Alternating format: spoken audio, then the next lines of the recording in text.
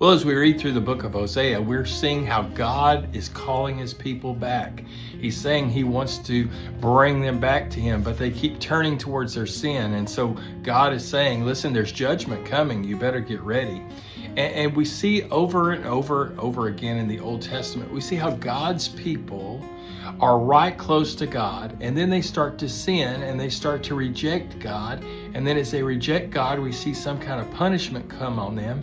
And then as they have punishment, they start to call towards God, and then God responds and they come back towards God, and then they start to circle all over again.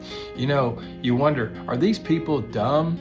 But yet here in Hosea, he's trying to tell them, listen, you're just going through the motions. You're ignoring what I'm telling you, what God's word says. And it says this in verse 2 of chapter 8, Israel cries out to me, "Oh, our God, we acknowledge you. But Israel has rejected what is good. An enemy will pursue him. They set up kings without my consent. They choose princes without my approval, and their silver and gold they make idols for themselves to their own destruction."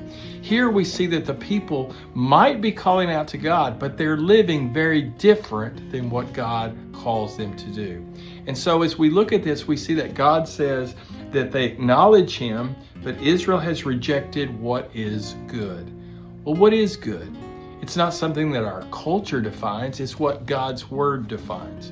And so today, as you read this, hear the warnings and consider yourself and see what areas in your life do you need to reevaluate so that we don't just go through the motions, but we understand who God is and we call out to him and we listen.